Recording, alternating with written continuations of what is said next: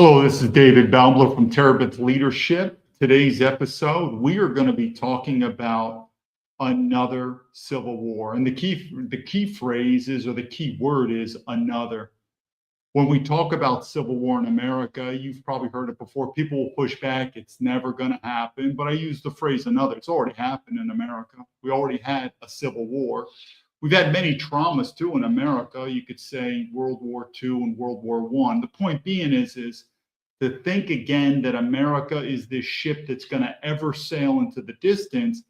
It's just not backed up by historical facts. Sooner or later, all empires fall. Oh, America's going to fall too. One of the things we look at in leadership sounds corny, but when I started out my military journey, I started out what's called Army ROTC, and then I went on to West Point. And in Army ROTC, again, it could change now. This is way back when I was at Marion Military in Marion, Alabama. But leadership, they define it by 16 different leadership dimensions. 16, you had to memorize them. One of them is judgment, which I think we all agree is pretty common sense. If you have bad judgment, not very good. You've got to be able to call the balls and the strikes, and hopefully you call a lot of them right. So I'm going to make two calls right now. I have no doubt they're going to go down in history as the right call. I mean, think about one call. Remember the COVID vaccine? Well, if you were the one who said, you know something, I'm not getting this vaccine. Think about back then how much pressure it was. Even some of my close friends, oh my God, or maybe they put pressure on you that you are endangering other people. I had no doubt about it. There was no way I was going to get that COVID vaccine. And if I die, I die. Meaning you got to be able to, meaning it's easy to make the small judgment calls where there's not that much consequences. But, you know, something like the COVID vaccine where people are like, if you take it, you survive. If you don't, you're going to die, stuff like that. And you'll find that people have good judgment. There's a principality in them with leadership that judgment, it's not as difficult that is. Let me do a quick example. I don't see we have anyone. I'm going to do a quick example. Then we're going to go into the show. And that is this. This is where you know if you're a leader or not. Remember, I write this in my book. Again, my entire experience has been through leadership. Shane never got that kill shot either. Shane, oh, by the way, thank you so much for the, what is it called? I was about to say coffee, the buy me a coffee. Thank you very much. Very kind of you. But anyway, that is a good part about it. I'm reading Shane. It killed my high school sweetheart before.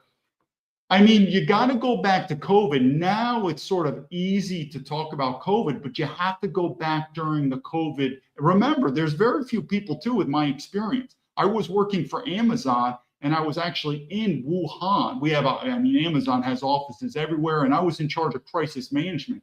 I mean, so the COVID virus, either one you want to call it, I knew that. I was running crisis management for Amazon all throughout Asia.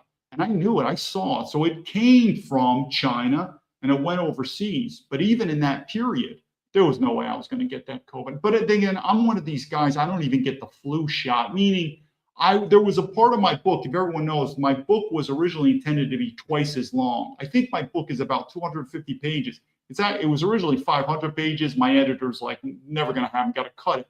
So there are some parts I mentioned in the book, but it wasn't. Anyway, there was a part that I was talking about westernized medicine.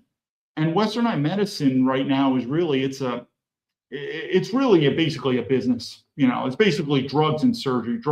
So the point is because we got to get to the topic of civil war. I was never a big fan. And this is where I think John F. Kennedy Jr. and myself, I think we might have some agreements on it too. Like he talks about a lot of the vaccines and stuff like that. But anyway, I've never been a big proponent of Western medicine unless you're in a serious ailment and you got to get to the hospital and you got to get, whatever emergency treatment surgery. I get it.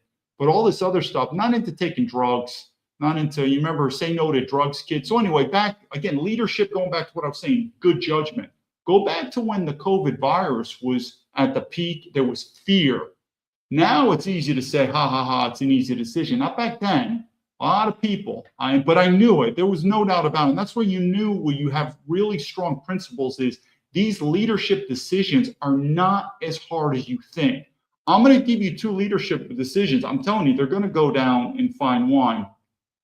Yeah, Shane, like I said, not like I ever was thinking about writing a book, but when I wrote it, it was like 500 pages, and my editor's like, this is never gonna fly. He's like, we got to start chopping. So sometimes I know I mention, I'm like, hey, I wrote in the book, and some person would come back. He's like, dude, that's not in the book, and I'm like, oh yeah, that got cut out of it. But anyway, it was originally long. So let me do a couple judgment things. The first is before we watch these videos, I want to get out right now. I've said many times, the war is not between the left and the right.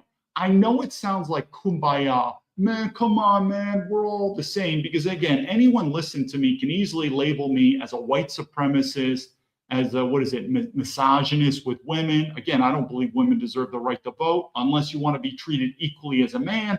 99% of women don't want to get treated equally as a man. So then you don't get the right to vote. But anyway, I can easily be labeled as this. And I get it. I see a lot of these liberal people, and I'm like, we are not the same. But I'm telling you, we are not.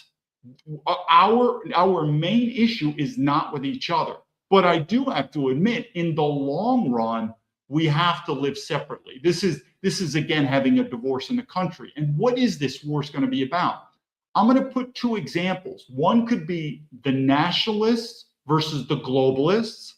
And that same theory, like the nationalists and globalists, you could say the rich and the not rich. Notice I didn't say poor, because basically it's getting to the point. If you're not rich, you're not able to live anymore in terms of this society. So these globalist entities, the rich, and these nationalist entities, and I think sometimes even these far left, they have a bit of a nationalist entity. That's where I see the war. That's how I've been saying it. So again, if you're far left, you're wasting your time fighting against white supremacists.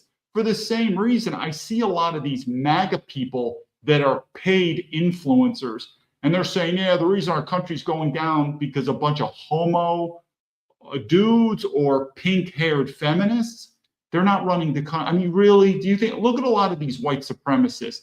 They don't have a lot of money, people. A lot of them are fired, unemployed. Look at me. I'm being hunted by the government. And look at a lot of these left-wing liberals. Meaning, if you ask me again, people will say, David, who's running the world? Probably start with the money, who has money. So I say again, before we look into this, I view it more as not a left and a right. Because I'm going to tell you some stuff that with MAGA and Donald Trump, I disagree with. I look at it more between nationalists and globalists, or in a very similar vein, the rich and basically the not rich. And meaning the rich are getting to the point super rich. Even a guy like Elon Musk, I know the right loves him. Yeah, Elon Musk is the same guy who censored me, suspended me 3 times on X. There's some things about him that he talks. I don't want to spend too much time, but like he made 2 comments on X. He was like, how can these left liberals be fighting against ICE who are trying to arrest child pornography, child pedophilia? I don't know. You don't hear much about people protecting Donald Trump releasing the Epstein files. Then Elon Musk said something about, yeah, it's a good thing that we took down Venezuela dictatorships. We should show these dictators that they're evil. Well, you don't hear much about Elon Musk saying he's not going to work anymore with Xi Jinping from China. So who's a dictator? If you're going to label Venezuela Maduro's as a communist dictator, you probably should label Xi Jinping as a communist dictator. Probably the only difference is Elon Musk is making a lot of money from China. He's not making money from Venezuela. So again, I think this war is basically the super rich, which could almost even be like 1% of the population or maybe 10%, and the rest of us, because the rest of us are getting more and more poor, or a sense of globalists. That's where the money is. The money's in globalism versus the nationalists. I want to make that known because I'm telling you, if you're far left, I'm telling you, your ideology and my ideology are not aligned, but we're not the same enemy. Let me give you 2 points to show you what I mean by that. Hey, Golden Tulip, I see you here. Good morning to you. Let me give you an example. When I wrote the book, and I've said many times, I have never said that China and Russia are friends. They should be trusted. And people know me. If you really hear my policy on China, I'm actually one of the hardest policies on China. I wouldn't give citizenship to America. But I've never said they're our number one enemy. So let me show you what's happening now. If you're a European and you're saying, oh my God, China and the Russia, well, there's really one country right now that's really could possibly take away your territory through some type of imperial invasion. It's America. And America, like it or not, I consider myself a patriot and I totally support Trump as the best president of my life. But there are things in his regime that are turning into an imperialistic empire. But if I was a Danish nationalist, are you more worried about China and Russia taking away your land, your culture, your sovereignty, or maybe America, which is acting like, again, like a globalist entity? Do you see my point? Probably China and Russia weren't your number one. So let me do 2 points, and we're going to go over this right now. And this is, again, about judgment. We're going to do 2 quick videos and then one about civil war. And this is about judgment. I make it known right now, I'm telling you, that ICE shooting of that American woman was a bad shoot. And I make it known, I fully support ICE as they focus on foreign nationals. But when it comes to US citizens, despite what that woman's political ideology is, what she was doing was a misdemeanor. She was trying to flee. I don't believe she was trying to run over the cops. She was trying to flee the scene. It was a bad shoot. And she's a US citizen. We're US citizens. I'm telling you, people, be very careful. There's a lot of these MAGA people that are now getting into these fever. Same thing like Greenland, man. Yeah, let's take Greenland. Now I'm going to go to Greenland. I'm telling you, we are wrong. Now, I've said many times, I do believe our contract deal with NATO is a raw deal for Americans. It's a raw deal. We need to get out of it for the financial prosperity of Americans and let the Europeans take charge of Europe. But we're comparing apples and oranges. The raw deal of the NATO contract or alliance is apples and oranges to what we're doing. We're threatening, we're bullying, and maybe we're going to invade Greenland. That's not why you join the military. When you want to be a warrior, and I'm not saying this, trust me, there's many things I've done in my life that I look back that I have regrets. I shouldn't have done it. And so I don't want to act like I'm the white knight. But generally speaking, we as Americans want to feel like we are not bullies. One of the reasons I left the FBI is, I'm telling you, it recruits a lot of people who are bullies or who were bullied and now want to be the bully. It's an amazing organization that if you are a bully or you want to become a bully, law enforcement in general and the FBI, it attracts a lot. It's not what I want to be. Again, I'm not saying I'm a white knight in terms of my morals, but this is not who we are as America. We're going around. I like Donald Trump, but he is acting like a bully now with Greenland. If we want to get out of the NATO alliance, let's just get out. Just say, sorry, it's a raw deal. Europeans, it's time for you to stand up on your own 2 feet. We as Americans are not going to pay for it. Sorry. We'll still help you out, like as a backup, as a support element, but you take charge. That's apples and oranges, though. What's happening in Greenland, I disagree. We don't take it. I mean, if we want to support, we have the authority to put troops there anyway. I mean, we could still, you could say, defend Greenland and defend America.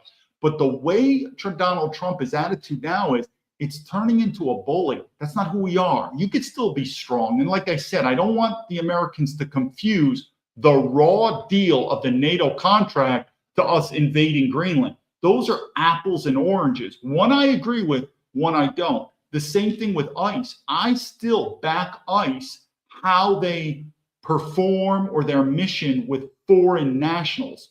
I don't like them really getting involved with US citizens. And if you do, you better know what you're doing. I saw that US woman, a misdemeanor, and she was afraid. I get it. She's a Looney Tunes. She was afraid and she was attempting to flee the scene. It was a bad shoot. And if you're okay with that, one day it's going to come to you. This is about leadership and this is about judgment. And I've had good judgment my whole life. Again, with 9/11, with Iraq, Afghanistan, the same thing what I've been talking about. It's going to happen. And guess what else my judgment is? There is no doubt about it. This system in America will collapse. And there is one direction we're going, guns and ammo. If anyone doesn't believe me, think of what our policy is. It's guns and ammo. Think of what Donald Trump is doing to Greenland. Are we having no, he's threatening military force, meaning we use guns and ammo, meaning our government, to basically solve most of our problems. Guns and violence to US citizens, guns and violence to foreigners. That's what we do. You don't think guns and violence is coming to America? And I quote, another civil war. We've already had one. It's going to happen. So let me just do two things. We're going to watch two clips really quick, and then we're going to do the Civil War. But these two clips are about leadership and judgment. Now, the first clip is from a famous comedian. I like this guy, but he has a lot of political knowledge. The first part, though, I don't want it to be confused. He mentions don't get hung up on your identity. I believe in identity politics. There's nothing wrong with it. You're a man, you're a Christian, you're white, you're this. It's who we are. But that doesn't mean you should cloud your logic on it. So just because you're not a Christian, you're not white, you're not that, doesn't mean we can't see eye to eye. What did I say? The left and the right, I'm the far right, and we'll say the far left, we're politically ideology probably not the same. But if we use logic, there's a lot of things I agree on. And what do I agree on? The number one enemy that's going to destroy us are these globalist entities. And Donald Trump, what he's doing, be very careful. If you're MAGA, be very careful. It's a double-edged sword. Let's watch these two clips. I want you to think leadership and judgment. Then we're going to get into the video. But let's just watch this one clip right here. So you probably know what I'm talking about. This is George Carlin. So this is what I wrote here. Let me just make sure we can all see that fine. So this is the first one, MAGA. Our ideology is getting to might makes right. That's fine as long as you have the might, but sooner or later you might lose that might. And again, what are our morals? Like I said, MAGA said, they always say they support military veterans. Yeah, we'll see about that. Let's see what George Carlin has to say here. And like I said, I think it's pretty interesting. When your identity is your ideology, congratulations, you've officially screwed yourself, because now it's not just an idea, now it's you. And when the idea gets challenged, you don't hear disagreement, you hear an attack. So what do? You build a bubble, a nice, soft, padded little bubble where everyone agrees with you, uses the same words, hates the same people, and claps at the exact right moments. And you will defend that bubble at all costs, even if it makes you sound incredibly stupid. Facts don't matter anymore. Logic's gone. Humor? Dead. Because admitting you're wrong would mean admitting you are wrong, and that's unacceptable. So you double down, louder, angrier, dumber. And that's how you end up defending nonsense like it's sacred scripture. Not because it's true, but because without it, you'd have to actually develop a personality. Okay, so we're going to do one more clip, but what is that is make sure we always keep our I'm going to give you an example on this. I've always said I believe the West should be Christian first. But if there was any type of leadership council when we talk about religion ethics, I always believe that an atheist should have a seat at the table. Why? Even though I'm not an atheist, the atheist is there as a useful tool to always push back on our logic. How do we know? Maybe I am wrong. Maybe none of us are perfect, but we should not be afraid to be able to have logical argument. This is also why, I know I'm changing the subject too much about World War II, Adolf Hitler, the Holocaust, we can't talk about it. Any type of topic where you're not allowed to talk about it freely and have a free debate, something's being hidden. So the part is, if you're Christians and pro-Christians, which is great, and I make it known, I believe the West should be a Christian first nation countries.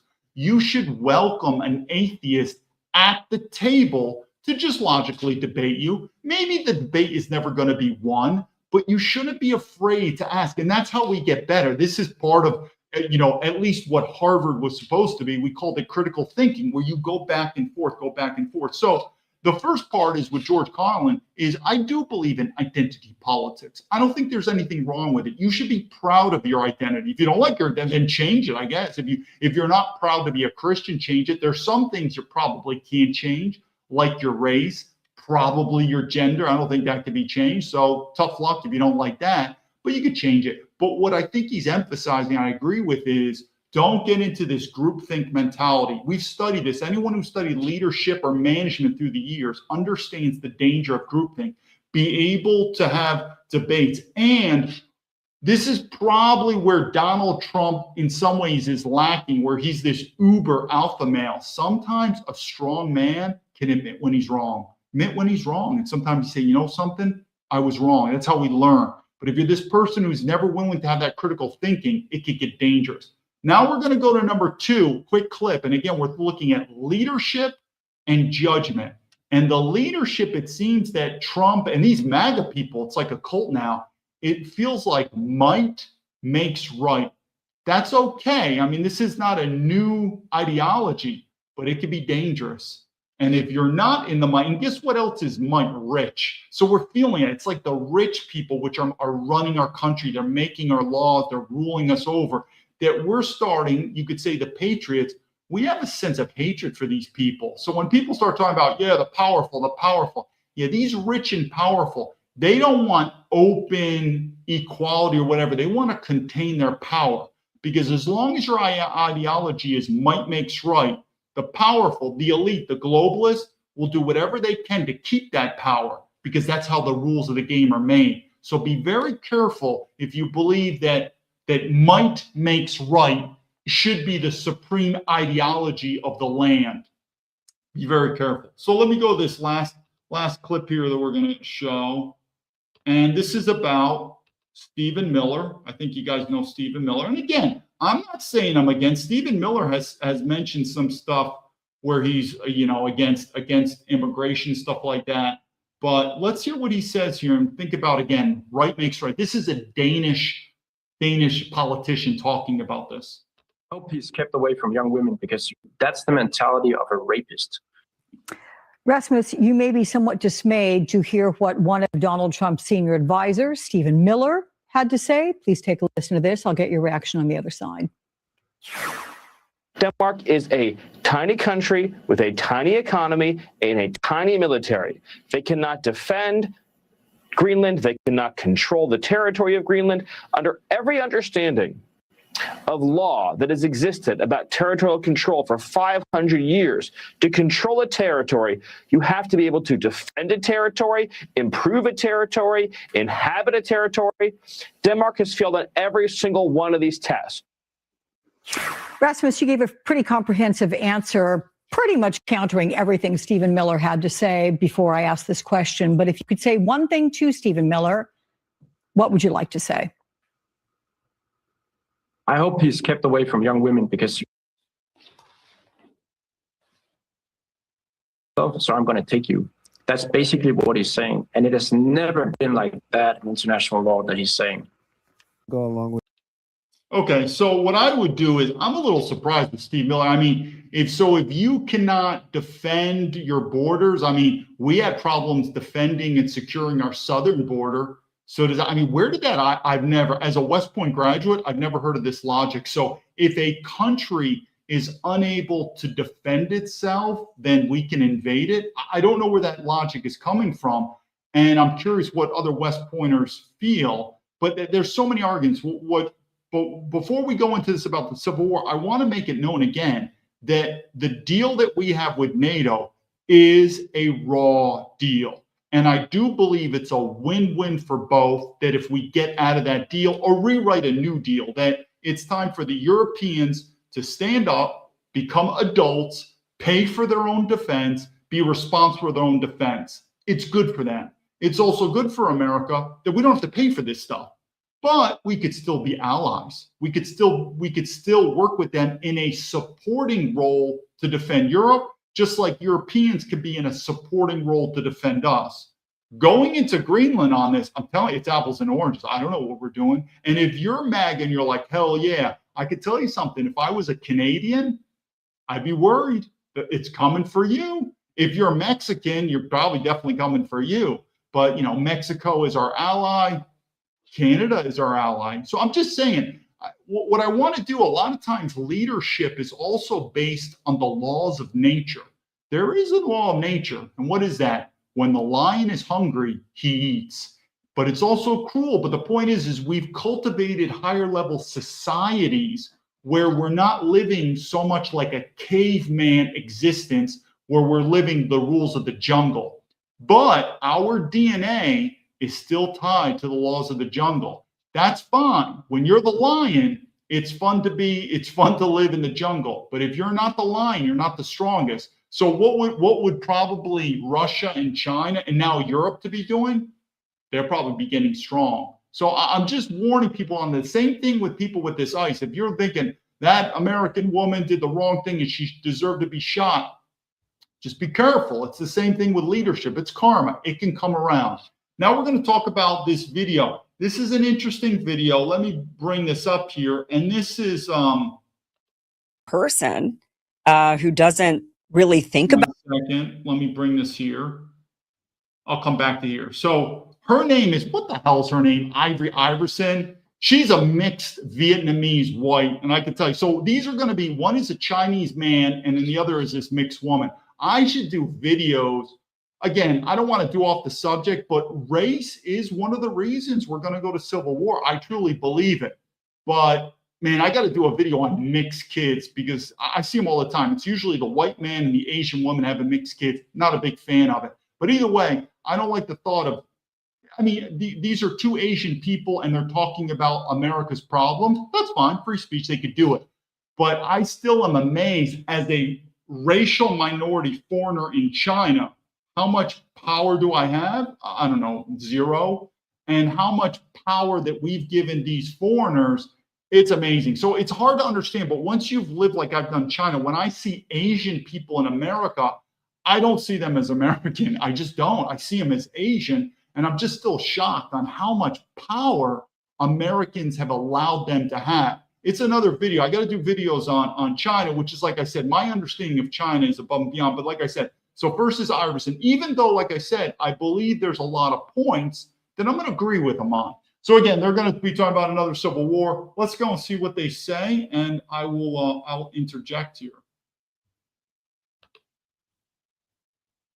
About politics much. They're busy with their lives, their families, their work, all these things. Then yeah, China actually might be a great place to live if you don't care.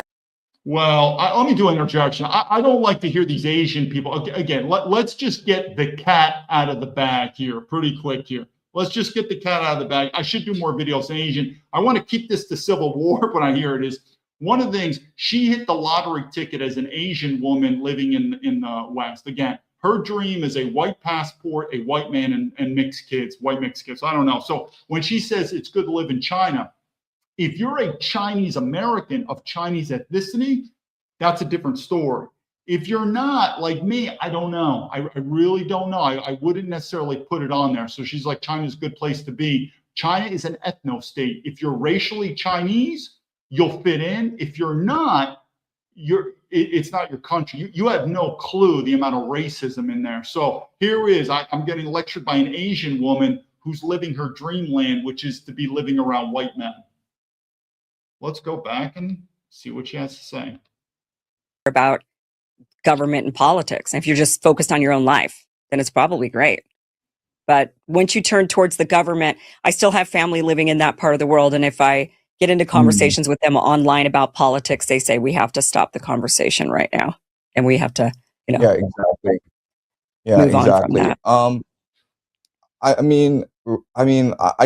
I'm very fond of the United States. I went to university there. Most of my friends are actually American because I respect the open-mindedness, the generosity, the tolerance of Americans. But I'm seeing what's happening in America, especially this past few days. And I'm just horrified.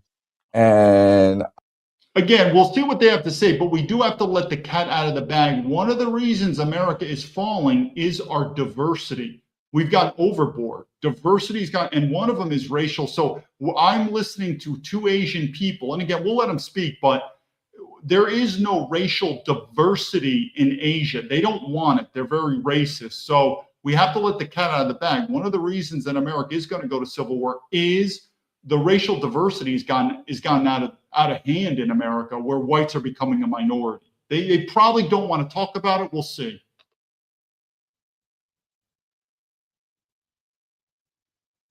I think this is a new normal. I think that America is heading towards a civil war. And I don't think there's any way out of this situation. It's a very dire predicament. Well, let's get into that now, the predictive history of where we're at today. Right. Let's start with Donald Trump. A lot of people want to compare Donald Trump to a variety of historical figures, from FDR to Hitler. Where would you say who is he actually most like? Well, Donald Trump is, first of all, a unique historical figure. But if I had to pick an analogy, I think he would be most similar to Julius Caesar. So let's go over to some aspects of Julius Caesar that resonates with Donald Trump.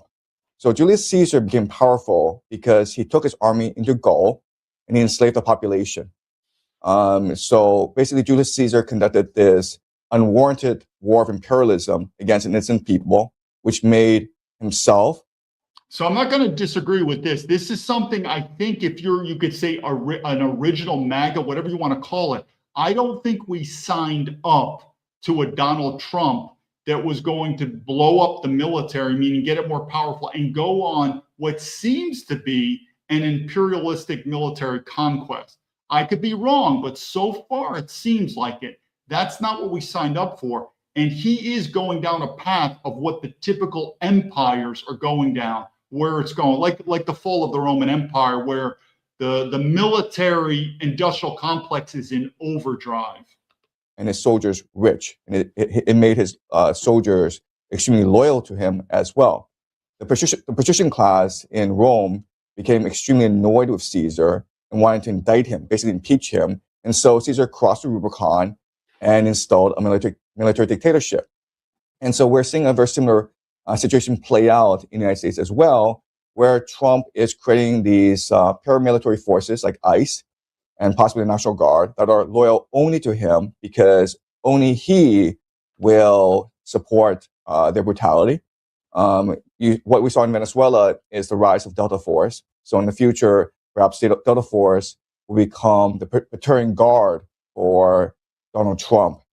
And what's driving all this is tremendous popular discontent, where people don't feel as though there's any hope of a better future. Remember, in 2020, the Democrats told the people, as long as we get rid of Donald Trump, things will go back to normal.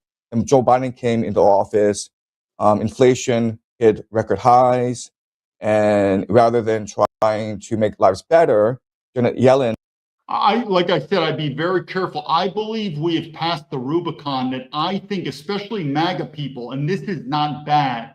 I believe once they realize that Donald Trump is not going to solve this problem, unless he's going to go to guns and ammo, like it's literally going to be a military coup takeover, which could be.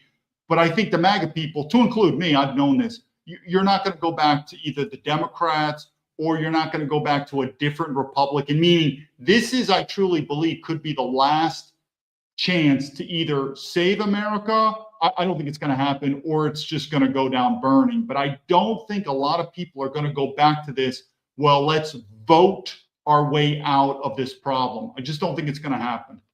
And the Treasury Department gaslighted people and told them, oh, no, we're not really in a recession, even though everyone knew they were in a recession.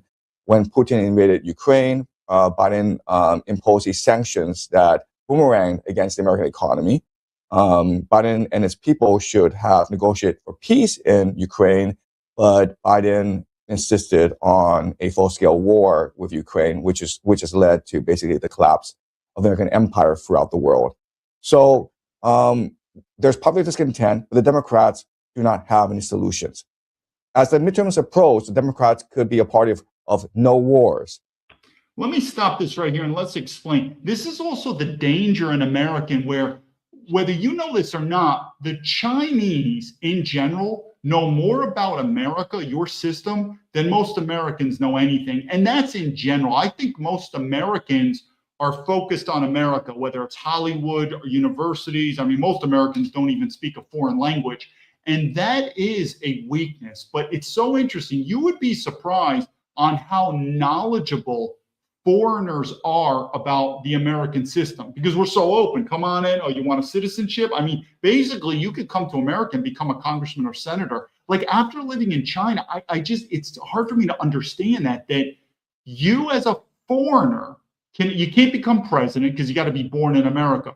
But you as a foreigner can immigrate to America, become a citizen, and you literally could become a congressman or senator. And I think most Americans are like, yeah, what's wrong with that? That's normal. It's not normal, people. And I'm telling you, it sounds good and open, but it's been abused. But I'm telling you, what's interesting is these guest speakers, I don't know that much about them, a little, but their knowledge of America is in the norm that foreigners' understanding of America versus America's understanding of foreigners is night and day. And what did I say? If you're going to be a nationalist, what you want to do is embrace international understanding. It's because when you get outside your bubble is what you realize you appreciate. I mean, maybe this might be a bad example, but maybe you're a Christian and you decide to live in a non-Christian country, you realize how great Christianity is, at least from your end.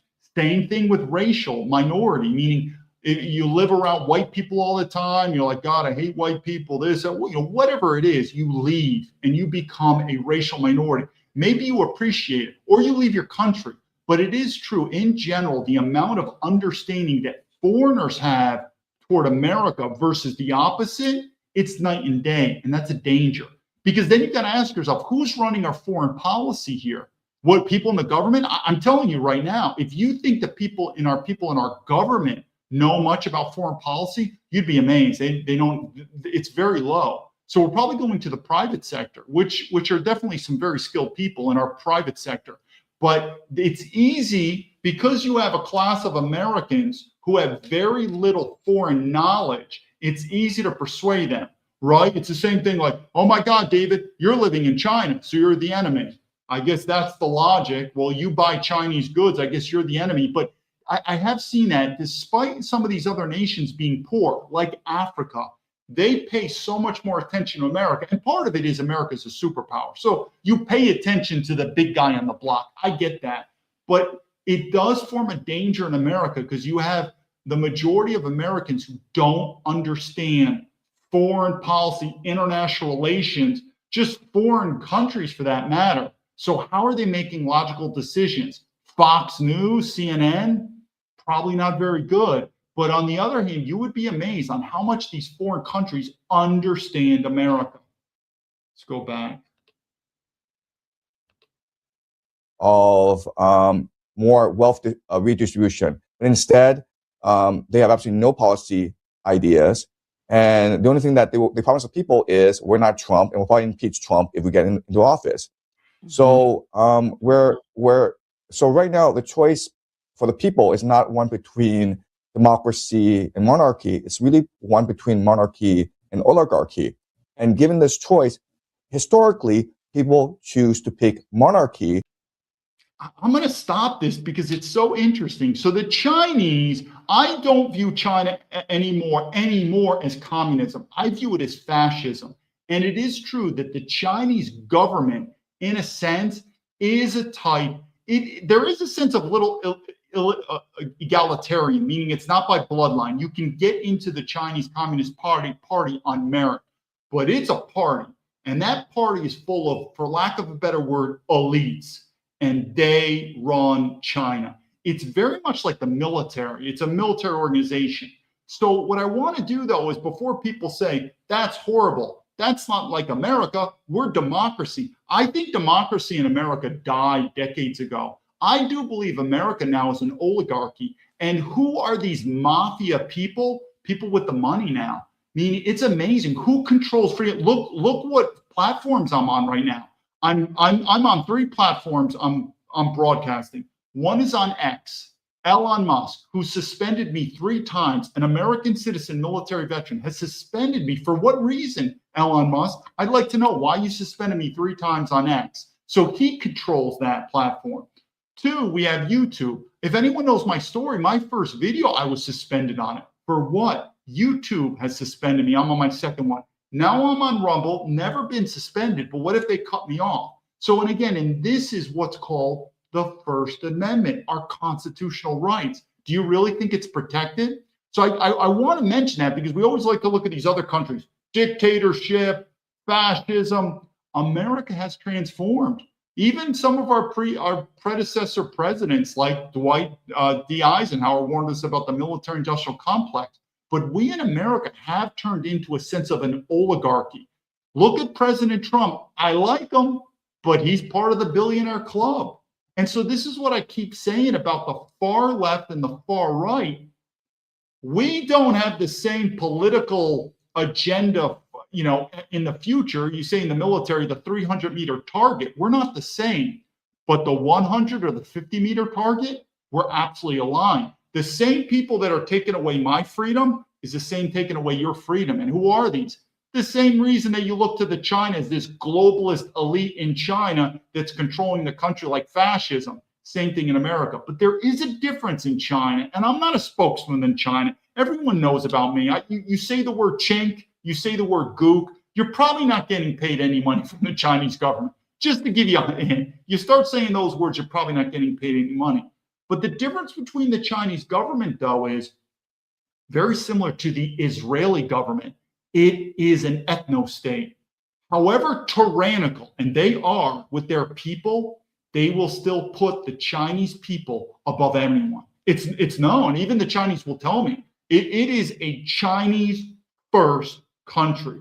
I am what's called a Laowai, a foreigner. I will always be second. Go to Israel. If you're in Israel and you're not a Jew, same thing. Our globalist elites, I don't know who an American is anymore. I mean, it's a very nebulous sort of a topic or a title now to say I'm an American. I mean, okay, I guess you have a passport. Well, then again, they could take away your passport like me, but you have an American citizenship. Well, then I guess they could take away too. Donald Trump seems to be taking away naturalized citizens, but you get my point. What really is an American? I don't know. And I think our oligarchy, they're just looking at money. Whoever's got the money, they want them in America. If you don't have the money, leave. But in China, though, it is that's why I'm saying the racism in China, this is good, but it's bad. Meaning it depends on where you're looking at it, but it is an ethno-state. So however tyrannical the Chinese government is, they will still put the Chinese racial people above anyone else. What about our government? I think it's money. I think if you have the money, you get special VIP treatment like our legal systems, and if you don't, then you don't. Because the first thing that monarchs tend to do is they actually cancel the debt in something called the Jubilee. And that's a very common way for kings to cement popular support. So I imagine, if Donald Trump were to become king, and that is certainly his ambition, and he would cancel all debts, including student debt, including mortgages. And this would be tremendous relief to the American people. Okay, so I think Julius Caesar is the best analogy. And a lot of it's just driven by incompetence among the ruling elite. The Democrats, the oligarchs, absolutely refuse to admit that they've done anything wrong. They refuse to admit that America has become a corrupt oligarchy. And they have stymied any political changes, including Bernie Sanders. If Bernie Sanders had won in 2016 or 2020, then America and the world would be a very different place. So it's not just Trump, it's also this elite that enables Trump. Another thing that I will say is that what seems to be driving Trump is his thirst for revenge. Because, for Trump, the biggest trauma in his life is the 2020 election against Joe Biden, because he is absolutely convinced that he won the election. But Joe Biden, the Europeans, Obama conspired against him. And how? Well, first of all, you had the George Floyd protests in Minnesota, right? The Black Lives Matter protests. Then you had the COVID lockdowns. Then you had the mail-in ballots that swung the election in favor of Joe Biden at the very last minute. So, yeah. So, Shane, I see your comment about John. I'd be happy to be on the show, but don't fool yourself. A lot of the Chinese would look at me with a double-edged sword, and let me just understand, and that is, so I said many times, people, China's not our enemy. You think I'm not saying it's not our number one enemy, but because I've lived in China. So, for instance, I'm going to give you a point right now. He talks about what is it? Matt Floyd, Pink Floyd. Who's the guy who died? The Floyd guy. I can't even remember the name. The point being is there is no Black Lives Matter in China. Zero. I said it again. Do you know how many foreigners there are in China? Again, this is not negative. I actually think it's positive. There's like less than 1%. It's 0.02%. 0.02. I mean, it's abysmal how small. They don't want them. And they don't want Black people in there. That's not a problem. But when I hear the Chinese talking about, yes, the Black Lives Matter, do you want to know why we have a Black Lives Matter problem in America? Is because we're such an open society and we allow Black people along with Asian people to come in here. So there is a little stuff that I have that it would make the Chinese nervous to let the cat out of the bag. And the cat out of the bag is this: the amount of racism in America is through the roof compared to China. But the reason it's like that is because we're such a diverse country. Like, for instance, how many incidents are in China of a racist attack between a Chinese person and a Black person? I don't know. It's probably none. Why? Because there's no Black people in China. If China all of a sudden allowed the main amount of percentage of Black people in China, they would kill these people. You have to understand, the Chinese have no patience for diversity. So the reason why you don't see these racial riots in China or these racial uprisings in China is because the Chinese government and the Chinese people, they don't want racial diversity. There's only one race that the Chinese sort of like, the white women. They like white men. You know, the Chinese women have a fixation, and this is Asian women across the board. They have a fixation for white men. And oh, by the way, Asian men also have a fixation for white women. So if you're white, there is a bit of a different sort of treatment. But generally speaking, they don't have any of these racial problems in Asia, to include China, is because it's not a multiracial environment and they don't want it that way. So I think a typical American would be like, yeah, man, we have a George Floyd. Oh, yeah, we have this George Floyd. It's so horrible. China doesn't have that problem. Yeah, why doesn't China have that problem? Because they don't like Black people, truth be told. They don't. So that would also make me an uncomfortable guest, because if you've been to China and you understand expats living in China, we've seen stuff and we know stuff that they're not going to be able to bullshit us like the regular, I guess you could say, white people in America. I'm not saying he's wrong, but anytime I start hearing Chinese people in general talk about the racial problems in America, I immediately say, stop talking out your asshole. I mean, just stop. The reason America has so many racial problems is because we continue to let non-whites into our country. Whites are becoming a minority. And of course, we're having racial problems because we are a multiracial society. China's not like that. It's 99.9. In fact, I wrote this in my book about the Uyghurs. I know I'm doing a tangent. We'll get back. But I've been to Xinjiang. I've been to the, it's Ulaanbaatar. Ulaanbaatar is the Urumqi. That's where the Uyghurs live. Is there a genocide going there? Well, I'm not going to say no, but one of the first things I noticed, I write this in my book, but the ethnic minority, the ethnic makeup are the Uyghurs. They're not Chinese. They're of Turkic DNA, which is crazy in China. This is a mono-ethno country. So when you have ethnicities that are not like it, there's going to be major problems. So how are they getting along? So now we'll look at this. How are the Chinese getting along with a minority racial group that are of Turkic ethnicity, that are of Islamic religion? Their language is totally different too. I can't even read and write. It's of the Turkic language. How are they doing it? I don't know. Imprisoning them and causing a genocide? I'm not saying negative about it, but I'm just saying, if you look at on the planet, who has the best track record for being open, for being tolerant? It's white people in the West. In fact, that's one of the reasons we're too open. So we'll go back to the video, but like I said, if I hear from particularly a Chinese person and that person starts talking about racism in America, hold on. Leadership phrase, lead by example. You become a racial minority society like America is, and then you tell us how well you're handling that problem. They're not, and they don't want to be. There's nothing wrong with that, though. So again, I think the Chinese system, in some ways, I'm not defending the whole system, but I do think we in America, with this diversity as our strength, we've gone off the friggin' reservation on that. To now, it's not our strength. It's destroying us. And I don't believe that multiracial societies in general work when the main race, you could say the white in America, becomes a racial minority. It's not going to work. But anyway, we'll go back to them. But that's something I hear sometimes, and it just doesn't sit right.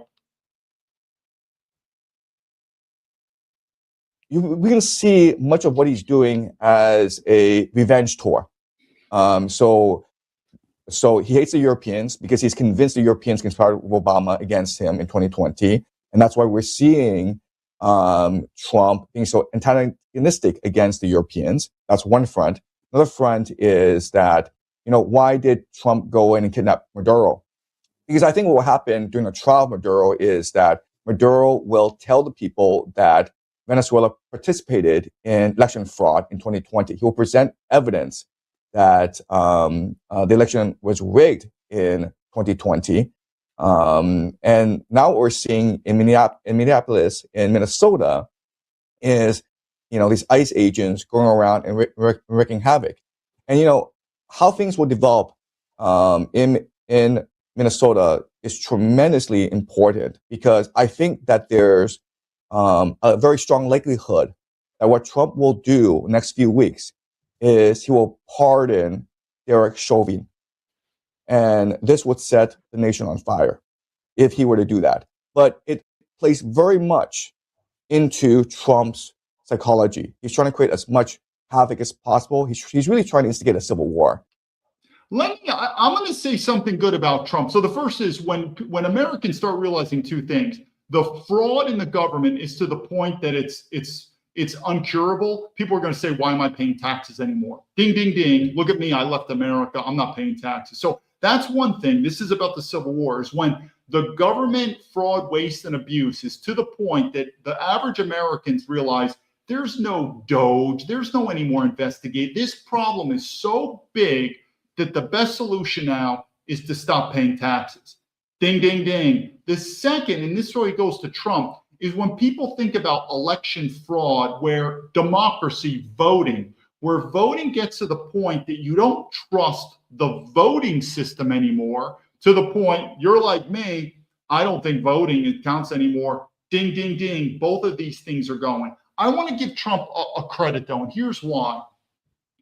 Leadership, believe it or not, is about chaos, because leadership is about change. Management is about control. So what I want you to emphasize is, I do think we could agree that Trump is a bit of the master of stirring up chaos, of change.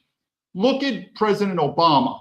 Not a fan of that guy. Again, now living overseas, I'm just amazed that not only did a black man become a citizen, he was the president. I mean, again, I don't want to change the story, but when you think about America as a racist country, we had a black man as president.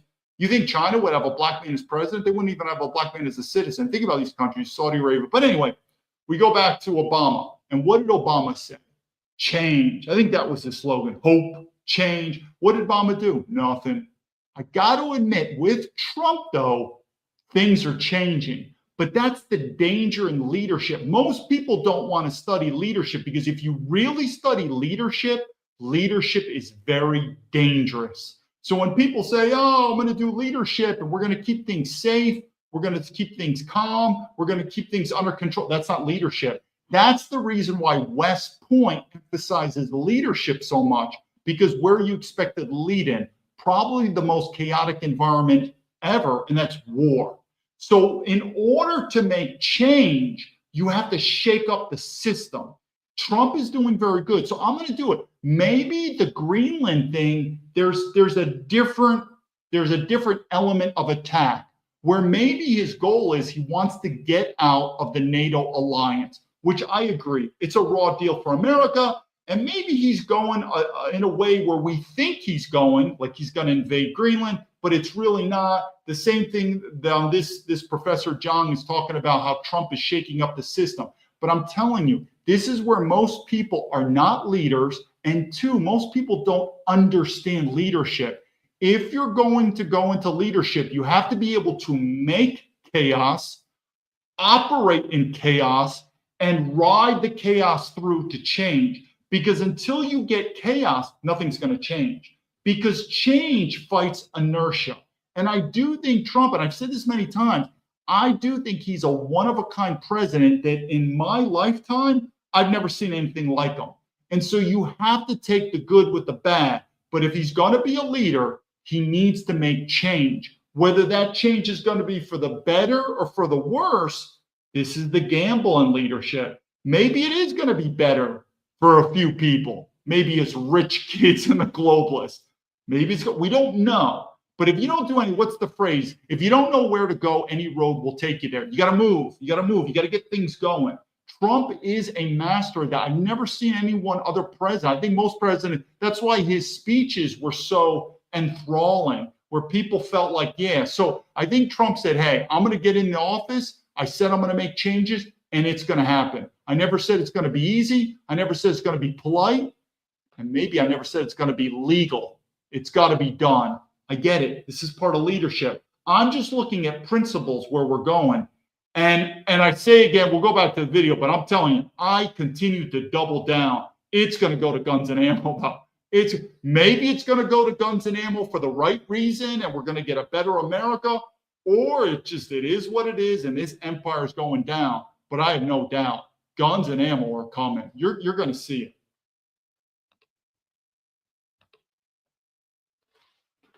With his actions. I mean, how else can you explain the fact that you have these ICE agents going around America and besieging average American citizens?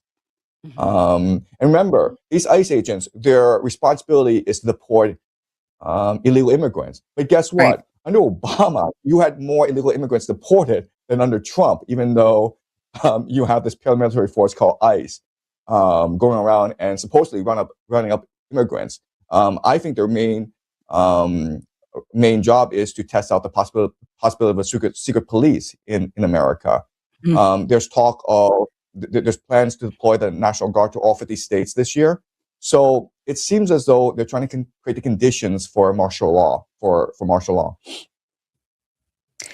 How could Trump, if he has the desire, you say, to become king? I mean, obviously, I don't know if America would go for an actual king. I don't think we would say, Right. okay, we're. Oh, I think we could. I mean, even me, I'm okay with fascism. It's just who are we representing? What I don't think it is, I don't think you could be king of let me just say this out. America is now so diverse, and this is the difference. I'm not comparing myself with Charlie Kirk. I know Charlie Kirk is much higher than me, but the reason he got shot, people, is there were issues with his leadership that he should have known that I'm not the same way. And what do I mean by this? I'm going to this point with Trump. If you want to change America, all of America, and you're going to go down this new political ideology, you will be deemed a threat to other people. I'm not. I'm fine with splitting. And I say again, the same reason that Charlie Kirk was pushing, you could say, conservative ideology. What if there were these liberals pushing pedophilia or taking away your gun rights for all Americans everywhere in America? You're telling me that's not going to be a threat? That person is threatening my existence, my family. I'm taking that as a threat versus a liberal saying, dude, I don't want to take away your gun rights. I don't want to impose pedophilia on you, but I want to do it in my state, California. You know what I think? I don't care anymore. I don't care. Then fine, have California. This is where the far right and the far left, we don't need to get in a battle in the short run. But if you start, so going back to Trump being a king, I'm past the stage. I'm fine with fascism, but we can't do fascism with 50 states. We can't. It will be a revolution, civil war. Could you have sort of a fascist? And oh, by the way, fascism has been around for many years. This thing called democracy, even in Western Europe, is a joke. But we do have to only look upon it in a more homogeneous environment. I don't know what would that be. I mean, anything more than 50% of America is pushing it. So meaning you could have this sort of new government, new king. But if Trump tries to push that with 50 states, for the same reason, if a liberal tried to come and put their ideology on all 50 states, what is it going to end in? It's going to end in guns and ammo. But again, this is where China is totally different. I've never seen a country where it has so big. China is about the same size as America in terms of landmass. Their population is like 3/4 times the size, but it is so homogeneous. That is their strength, not their weakness. Diversity has become our weakness, not our strength. So when you hear Trump saying he wants to become king, he's going to become fascist. If I said he's going to do that with 10, 15, maybe 20 states, we might pull it off. Succession. If he's going to do that to 50 states and 350 million people, he's going to get a bullet like Charlie Kirk did. That's what I'm saying. If I was Charlie Kirk and I had a liberal saying, well, how dare you push Christianity on me? I'm not, man. I'm like, you don't want Christianity? I don't. All right, then fine. Have California, have whatever, New York, these liberal states, have it an atheist state. Meaning we only have two choices, people. Either you could try to have a peaceful divorce, or it's going to be guns and ammo. It will be, there's no, and I don't think there's going to be a peaceful divorce. I think we're going to go guns and ammo. But you do have to put yourself in the liberal standpoint where Charlie Kirk was saying, we want to change all of America, all of your political ideology. There's going to be people pissed off for the same reason if a liberal tried to say, hey, we want to put, whatever, boys and girls bathrooms and this and that, you would also look at them as a threat. So it's gotten to the point we are just not, and I've seen this in China, how homogeneous it is. We have crossed the Rubicon. There's only two choices for us. Either we can look at doing a divorce and just you do whatever you want to do in California. You want to have drugs in California, you want to have pedophilia, you want to have this, that's fine. I really don't care anymore. This is my state and we're going to do it that. Or it's going to be guns and ammo. And what do I think? I think Trump is going to push on some type of fascism in all 50 states, and this thing is going to get bloody. It's going to get bloody. Give it time. You think I'm wrong, you leave it. But I just think guns and ammo are going to come either way.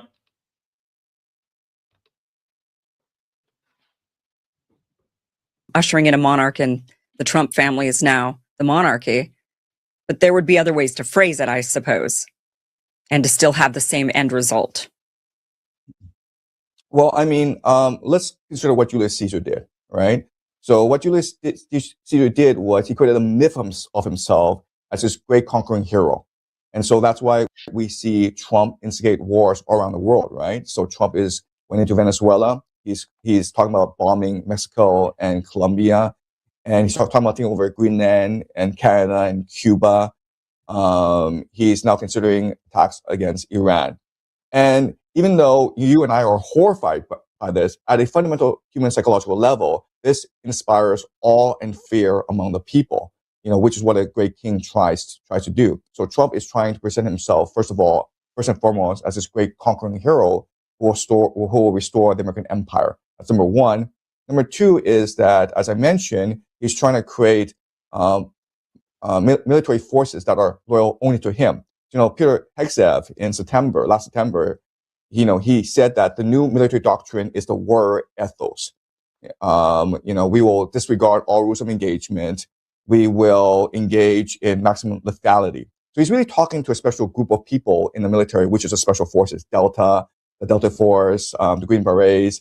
These are people who are more sympathetic to this sort of rhetoric. And so they will eventually become the most loyal. He's right on this. So if you've been in the military, you'll realize that there is a distinction between special operations and conventional forces. And I do see a lot of Americans, rah, rah, rah. I think there will be a military coup. You're going to see it. You're going to see news all of a sudden. The FBI will arrest a high-ranking officer, lieutenant colonel or above, on charges of treason, of starting a coup. It's going to happen. But back to the point, I do see Americans, rah, rah, rah, are military strong, but they're looking at special operations, tactical operations, because again, you don't win wars with special operations. They are combat multipliers, but you don't win wars. But it is true, our special operations are very highly skilled. But our general conventional troops, I don't think people realize how much discontent, or if the rubber really meets the road where conventional forces are getting killed, that it's going to fall apart. There will be mutiny. So again, I think people saw the President Maduro, the same thing with Osama bin Laden, with the Navy SEALs. These are remarkable. I've said many times, remarkable special operations, intelligence, law enforcement operations, and whatever. Donald Trump should be applauded, even though I do have to admit, sounded like an illegal operation to me, Maduro. Was it law enforcement or was it a military invasion? That's a different story. But competence-wise, phenomenal. But that's not winning wars, people. It's not winning wars. I do think we've got to go back on this, but mark my prediction, it will go down. Venezuela and Greenland are apples and oranges. Venezuela is another, for lack of a better word, it's not a first world country, but like Iraq, Afghanistan, it is a country that when we attempt, and I think Trump is going to attempt, similar like Iraq, Afghanistan, to go in there, control the oil, it is going to be a complete and utter disaster. Mark my words. Greenland's different. Unless the European Union steps in, and we know them, they are like the cucks of the world. I wouldn't be surprised if the European Union just bows their head and says, take Greenland. Greenland, we could take it. There's 30,000 people there on a landmass of 1/3 of America, meaning we can go in there with military might and corporations. We want the resources, and we could literally own Greenland. I don't see the 30,000 yo-yo Greenlanders. Sorry, Greenlanders, but you guys are cucks too. There's going to be no resistance. So, meaning, what is the big prize? Oh, the big prize is Greenland. Venezuela, it will become a hornet's nest like Iraq. We're going to get kicked out. Give it time. You'll see. Greenland, though, and these are our allies. But I'm telling you, but you know something? It's good karma. What did I talk to you about principles?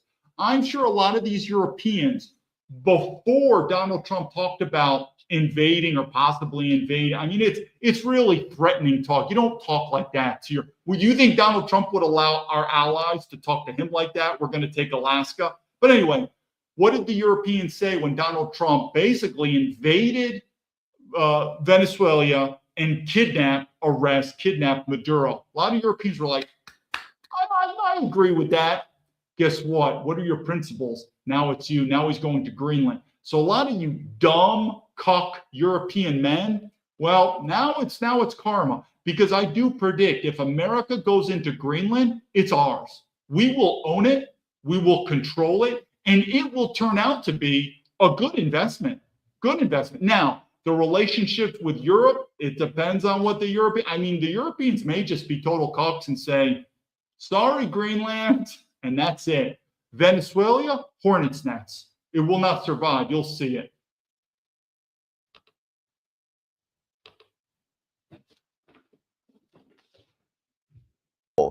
To Trump, which will allow Trump to engage in targeted assassinations, sabotage, infiltration, which is what he needs in order to basically get rid of his political opponents. That's number two. Number three is civil war, right? So to create us versus them mentality, one between left and right, Democrats and Republicans, where you're forced to pick sides. And in that situation, many people will rally around Trump. That's number three. Number four is to create a national emergency. It could be civil war, but it could be economic collapse as well. So basically, from a Trump perspective, the more chaos, the better, because it allows him to consolidate power. Then, of course, you have the Israel lobby. The Israel lobby is very much interested in a war against Iran. And, Netanyahu visited Trump, right before the New Year's in Mar-a-Lago. And what happened right afterwards? Well, you have the kidnapping of Maduro. You have these Iran protests. You have Trump saying that he will defend these protesters in Iran. This is not a coincidence. This is all part of a larger scheme to overthrow the Iran regime and cause collapse in Iran so that Israel can create the Greater Israel Project. And so if Trump is able to deliver this to Israel, then Israel will give Trump whatever he wants. So, Miriam Adelson has promised Trump $250 million if he were to run for a third term. Elon Musk has pledged $200 million for the midterms. So the resources of the Israel lobby cannot ever be overstated. Everything you're saying, it makes me wonder. I mean, when Trump won his first term, and there was a lot of talk about, Trump wants to be a king, Trump wants to do XYZ thing, and there was a lot of Trump wants to, usher in martial law, Trump wants a civil war, Trump wants to be a king. And during his first term, I thought, wow, these people are really, Trump derangement syndrome. I mean, they're not seeing straight. But now with this term, I got to be honest, I sit there and I think, so there he is almost every. Yeah, to defend Trump, I keep saying, though, it doesn't matter if we have Trump or another guy. This system's going down. It's going to go to collapse, phase one. It will go to revolution, phase two. It will go to civil war, phase three. Whether Trump is there or not, this system is beyond repair. And Trump just happens to be the man in the arena at the right time in the right place. This is not saying good or bad, but this empire is going down. Every day proving the Democrats right. I mean, he's proving those who are saying this guy is out for power, he's proving them correct almost every single day. I mean, he's sitting at the White House salivating over somebody giving him a Nobel Peace Prize. Like he's so, he's just so just focused on all of these strange things that are about boosting himself. I mean, it's just the most bizarre thing to ever see. But it makes me wonder, when you say, look, we're going to comment on that a little. Now, it is true. Trump is an absolute megalomaniac. I'm going to defend him a little bit. Let's compare Trump to the average man in America. For lack of a better word, I'm going to use the word demigod. I know it's a little too strong, but look what Trump has accomplished in his life, what he's done. The point is, ego is part of that. It's part of that. But I agree. He's a megalomaniac. When he accepted the Peace Prize, it's almost so nauseous, his megalomaniac. But he's not the normal man, people. You don't know. As a normal man, if you had his accomplishments, his power, and it is sad, not sad, it's scary that absolute power corrupts absolutely. But the amount of power that Donald Trump has been able to wield is not normal man. So we're going to go back to the video, make it known. Do I think Trump is a megalomaniac? Absolutely. But if I had the amount of accomplishments as Trump, the power, would I change? Who knows? If you're rooted in principles, and especially with God, is Trump a very Christian religious man? I don't know. I don't know. But if you're rooted in principles, then no, you should be immune to that on leadership. But most men, most mortal men, we get weaknesses, whether it's through the flesh, whether it's through money, whether it's through power. And most people can only imagine what life is like for a guy like Donald Trump, to include his rich kids, that would we also be tainted, for lack of a better word. So maybe it just comes with the territory. They would, because you've got people around him now, like you mentioned, Mary Adelson and Steve Bannon and others, Alan Dershowitz, who are saying, yes, there is a possibility. There's an avenue for a third term. There's an avenue for him to not give up power. And they're trying to create those conditions. And then the question is, well, what the heck are those conditions? Because only really extreme situations would that be considered okay by the American people? You have to create chaos in order for that to happen. And it makes me wonder, now going backward to 2019, to the end of 2019, when COVID first came around, was that a plan of theirs? And then they tried that, and it turned out a pandemic was not enough to get us to stick with the same leader, right? We did still have an election. We did still make that change. But so if they tried, like you say, some sort of an emergency, well, they tried one of the biggest emergencies of our lifetime, probably the biggest emergency of our lifetime, which is COVID at this point. So what would they try next? And I think you might be right. It would have to be, I think, a civil war. I don't even think war with Iran would be enough, because we've been at war many times and we still switch over presidents. Yeah. So it'd have to be a civil war, right? It would have to be a civil war, exactly. Well, what I want to do is emphasize to the people is we have to look at Donald Trump is 100% right. Our military capability is beyond belief. Notice a lot of this saber rattling, which is another way for the military industrial complex, the intelligence community, to build up their budget. But by now, you probably are starting to see that, wow, our military is really powerful in correlation to these other powers like China, Russia. So who's going to defeat us? It's going to be domestically. And I've said this many times. If you really think China and Russia are going to invade us, stuff like that, you're crazy. Now, nuclear war, you got to watch. And I've always said, I'm not an expert on nuclear war. I'll try to do videos. That is a totally different scenario. But if you think some type of naval land battle that China and Russia are going to do, Russia is having enough problems in Ukraine, and China is going to have enough problems in Taiwan. It is so ridiculous to think that we're going to fall from within. So this whole part about civil war, it's the Roman Empire. The only way that's good, that something is going to destroy something as powerful as America, it will be from within. Exactly. And all the conditions are in place now for civil war. You have a polarized information landscape where people just live in their own bubbles. So you look at the shooting in Minnesota, and both the left and the right are absolutely convinced they're right. The left is convinced that this is an innocent woman who was killed for no reason. The right is actually convinced that she is a provocateur. She went in to resist authority. She did this. She tried to run over the officer, and the officer did it in defense. And there's actually no reconciliation between these two sides. They all live in their own social media bubbles. But is that going to lead? Is that enough? Historically, I mean, what has reeled people to the point of picking up a gun and it's going to be economics. That's going to be the trigger. It will be economics. Once people's standard of living, inflation, being able to buy food, I believe there's going to be an economic crash that's going to be on par with the Great Depression. It will be of economic nature that's going to ignite the collapse. And then it'll bring about a civil war violence. Shooting at their own family members, because that's what happens in a civil war. Things have to get really bad. Look, the reality is that both the Democrats and Republicans have certain paramilitary factions. Let me stop this. This is, again, I think one of the reasons we didn't go into Venezuela or Greenland for Russia and China. If you think that, you're a moron. Those are secondary reasons. We are going in there primary for economic reasons, because Donald Trump knows, anyone knows in our global elites, that if this economic train in America stops, there's going to be a revolution. So we need to keep this. We're going to flood America with cheap oil from Venezuela to try to put down inflation and to reduce prices with cheap energy, the resources. But the number one, Donald Trump has said this too, if the US dollar loses the world reserve status, it's worse than losing any war.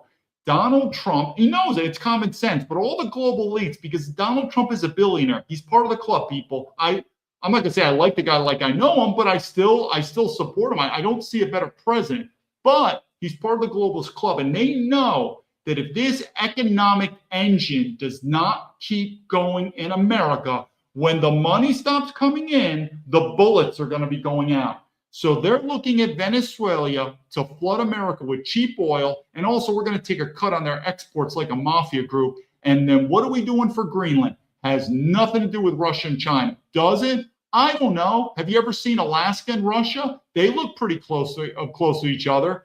Russia looks like our neighbor already in Alaska.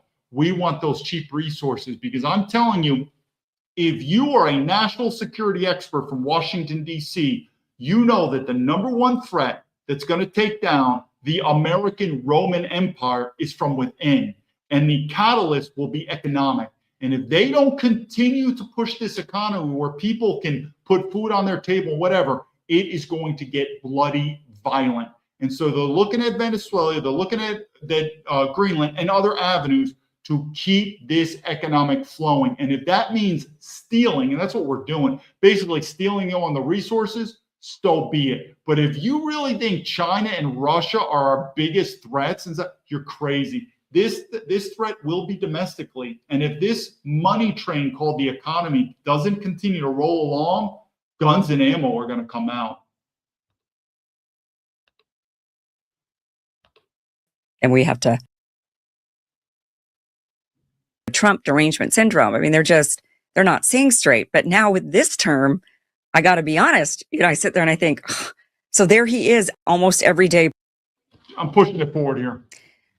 But is that going to lead? Is that enough? Historically, I mean, what has reeled people to the point of picking up a gun and shooting at their own family members? Because that's what happens in a civil war. Things have to get really bad. Look, the reality is that both the Democrats and Republicans have certain paramilitary factions that will incentivize and propel a civil war. Okay, so the Republicans have these white nationalist groups, the Proud Boys. The Democrats have Antifa. So these are street gangs that they can deploy in order to achieve certain political purposes. The reality is that the oligarchy benefits from a civil war because you have this massive discontent.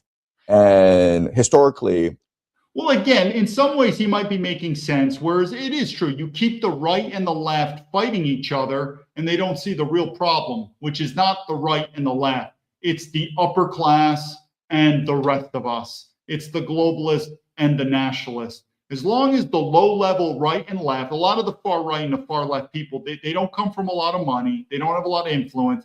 Keep the low-level people fighting each other, and that stays in the system. And I agree with that point. That's part of a strategy.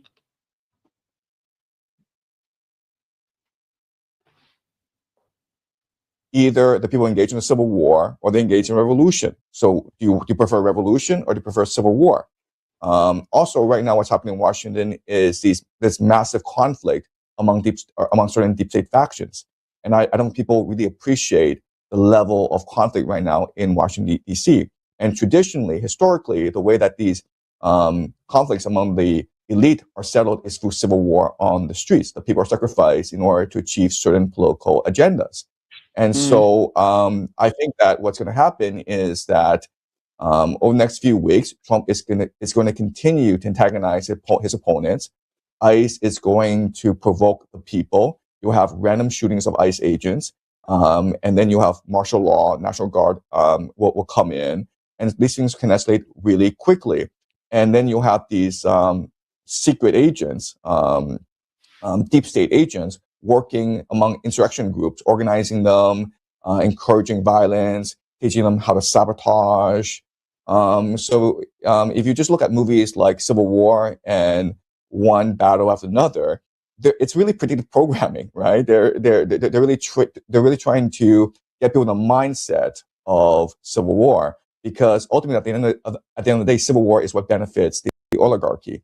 One, because it prevents people from recognizing the true enemies, the oligarchy. But also, remember that America is $38 trillion in debt. And so if your house is worth $1 million and you owe $10 million to the bank, what you do is you burn the house down and you collect the insurance money. And that's the game plan of the oligarchy.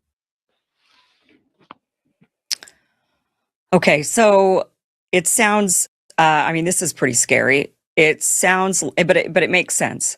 We see it all the time on the national nation against nation level, that elites will sit in their like Oval Office, or they'll sit, in their war rooms, or and they'll sit there and they'll throw bodies at a war. They'll throw soldiers at a war, and they don't even think twice about all of the young men and women who are going to be killed, in civilians, children who are going to be killed in a war. And so you're saying that, like a soldier for the generals and the elites, the average citizen is actually a soldier for the oligarchs. They view us as the same sort of, they just view us as soldiers, and that we're going to fight their battles for them. That is right. That is unfortunately right. Well, unfortunately, and I say this, it's sad, but Donald Trump never served in the military. His kids never served in the military. And if we ever went to a war, his children are not going to fight and die in the military. But it's a shame, meaning this is sometimes part of human nature. But these elites, they're not going to lay their life down for God and country. Who's going to lay it down? The ignorant, the poor, maybe the susceptible to believe in the patriotism. But Donald Trump, it's part of that. I'm not going to focus on him. You could see it in the Democrats. You think Hillary Clinton, Bill Clinton, but it is. It's part of these globalist elites. They're not going to die for this duty, honor country. It's going to be the regular people, because they're poor. They need the money. They believed in this rhetoric. But yeah, it is a bit of a repeating history in terms of that.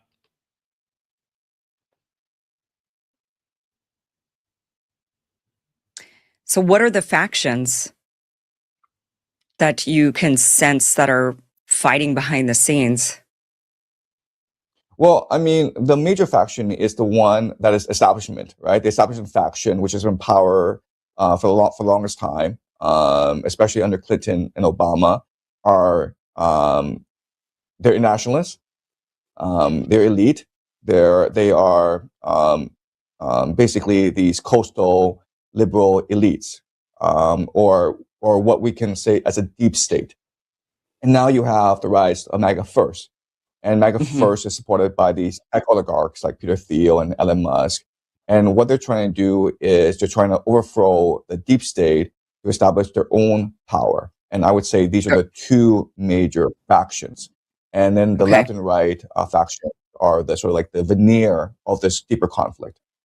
Yeah. So it's a deep state, an old guard deep state being ousted by the new guard deep state that wants to take over. Exactly. But there's still going to be a deep state. Exactly.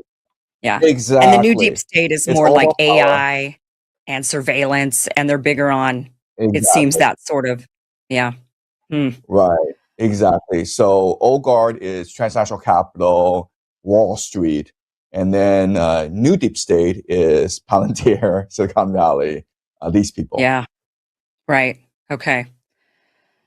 Oh, wow. Well, do we really want to be fighting for them? I think is what every average person needs to, and this, I'm glad we're having this conversation. It's going to make me think twice about falling into the trap of the culture wars. Although it's not it's one of those things where it's going to be hard not to fall into that trap because people.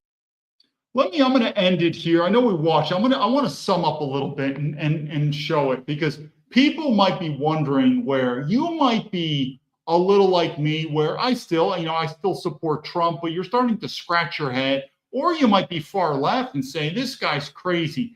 Let's look at some facts here and just ask ourselves, what areas do both, and we're going to look at the news shows like Fox and CNN, where do they both agree and where do they both disagree? That's an interesting, because again, what do I say? I believe they're the same entity. So they'll debate left and right stuff to keep us fighting. But where are those points where they both agree or both disagree? That's a key point to look at. And what do I keep saying about the far left and the far right? I'm telling you, we're not enemies. We agree that our political ideology in the long term, we're not meant to live with each other. That's fine.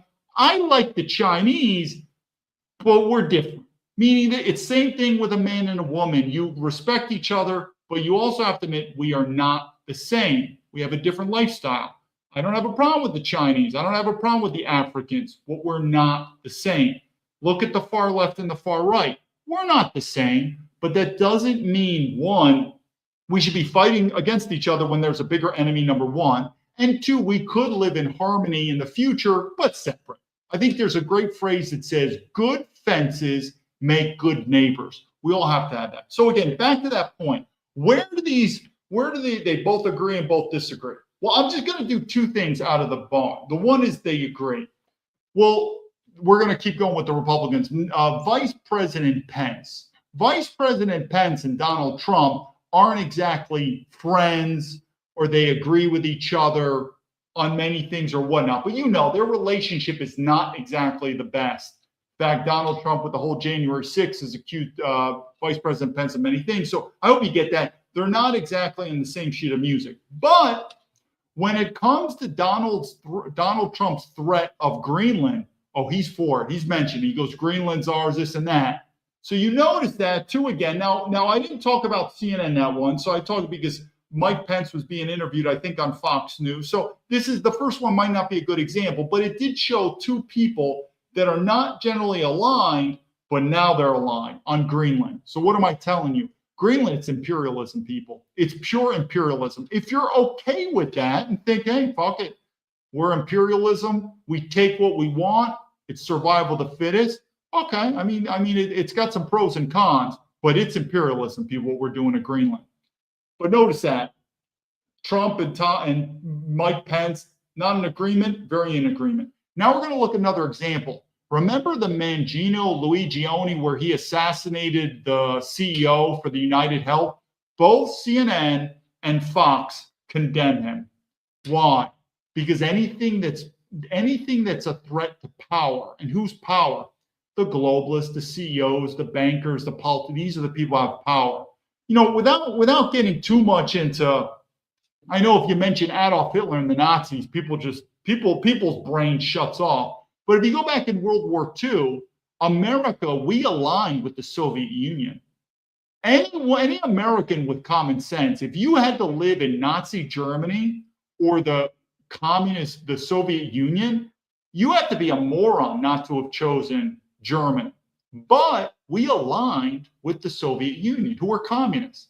And as soon as the war was over, well, guess what? Now we're against the Soviet Union. So this is not conspiracy theories. This is common sense. That sometimes you make alliances. This is the art. This is money times the Sun Tzu, the art of war. This is part of leadership. That sometimes you make alliances with people that you may not be totally aligned with, but you both share the enemy of the enemy is my friend sort of deal. So we aligned with the Soviet Union because we knew that if we didn't align with the Soviet Union, we may not have defeated Nazi Germany.